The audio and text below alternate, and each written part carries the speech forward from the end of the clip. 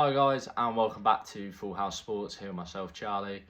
Today's video is a quick one really, and a sad one as well, as the news broke this morning that Ricky Hatton, British boxing legend, there's another word for him, legend, has been found dead, aged 46 at his home in Manchester.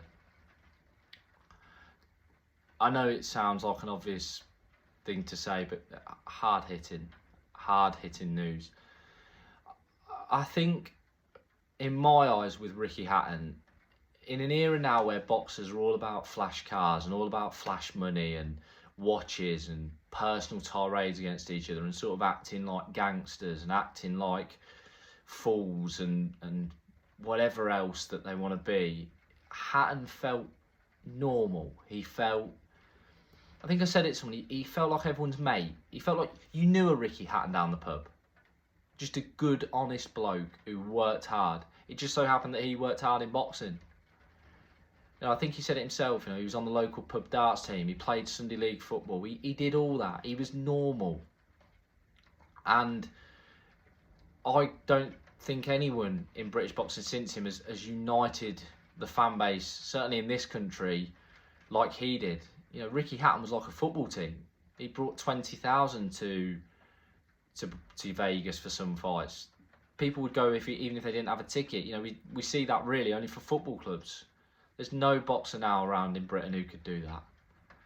And that shows the size of him.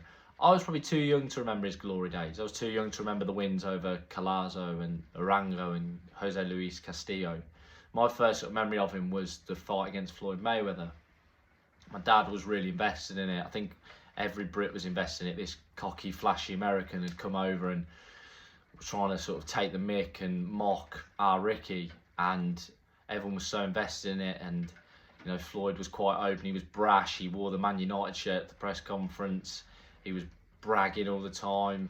He was, sort of acting childish and danced on the stage. And Hatton got up and infamously delivered sort of a tirade against him. It wasn't classless though. It wasn't anything like we see today. There was no personal sort of name calling. It was just sort of him just taking the mick, again, in sort of a banter way, the banter way you'd expect to hear down the pub. And that was him all over. And then I remember the Lascano fight and the Malignaggi fight, and then the Pacquiao fight, which was a sad way to sort of end things. I remember, I think I was 9 when that fight happened, 8 or 9, and just sort of being so confused. How could this happen to Ricky Hatton? He was everywhere. He was a hero. How could this happen? How could he have got knocked out? But unfortunately, that's that. I mean, I'm not going to count the Senchenko fight, to be honest with you. I don't think anyone can count that. I think it was probably ill-advised and should never have really been allowed, or should have never took place. But obviously, Ricky Hatton felt he still had it, and fortunately on that night he didn't. He obviously had the exhibition as well recently against Barrera and was having a comeback in Dubai, age 46. I think he was having a middleweight bout against a local fighter. Again, he was honest and open about that. He was saying, I'm not training for world titles, I'm training because it gets me out of bed in the morning. It makes me feel good. And that was him all over, honest. He was honest about his flaws. He was self-depreciating his humour, played on the Ricky Hatton nickname. Where, like I say, we live now in an era where everyone, not just boxers, but sportsmen and women in general, just take themselves so seriously. Everything's PR managed, every little detail is sort of managed and contained and orchestrated, and Ricky Hatton wasn't that. And like I say, I think the word legend gets thrown around a lot, especially when people do pass away. But it's so fitting for Ricky Hatton and for everything he did for British boxing. I can't remember, probably now obviously AJ and Fury, but he mixed it with those sort of star names down in the welterweight division, Mayweather, Pacquiao. There was talks of a De La Hoya fight as well that never sort of came to fruition. He was a normal British lad who was sharing the ring, with these mythical figures of boxing, and he was a lad from who'd started training in a pub basement. Words sort of fail you for how big an achievement that is. like I say, I was too young to remember the Costa Zoo fight. The fight that took place at 2 a.m. in Manchester. Because of how big Costa Zoo was. This was a guy who'd beat Julio Cesar Chavez, who'd beat Zab Judah, knocked Zab Judah out in devastating fashion.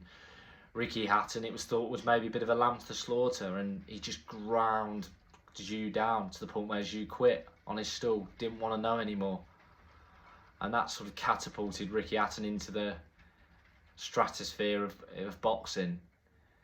Then came the fights against Collazo and Narango and Castillo and Carlos Morsa as well, two-weight world champion. It's in an era where it was tough in and around that super lightweight and welterweight division, really tough. And that's, I think, what I'd like as a British boxing fan, his overwhelming memory to be, is yes, he was everyone's mate. Yes, he was self-depreciating about himself. He took the mick out of himself. And yeah, he felt like everyone's mate. You know, he gave time to everyone. That's another thing that's important. Everyone you hear talk about him says he gave time to everyone. He made everyone feel £1 million. My friend was lucky enough to see him out in Tenerife. We were on holiday there when he was out there a few weeks ago. And my friend said he shook everyone's hand. You know, he had time for everyone. There was no arrogance about him, no airs and graces. But I think above all else, above all that, he should be remembered for what he is, which is a legend of British boxing, and a really, really good fighter, a world-class fighter. So I think for what he did for British boxing, and for what he did for a generation of fight fans, all I can say from the bottom of my heart is thank you very much, Ricky.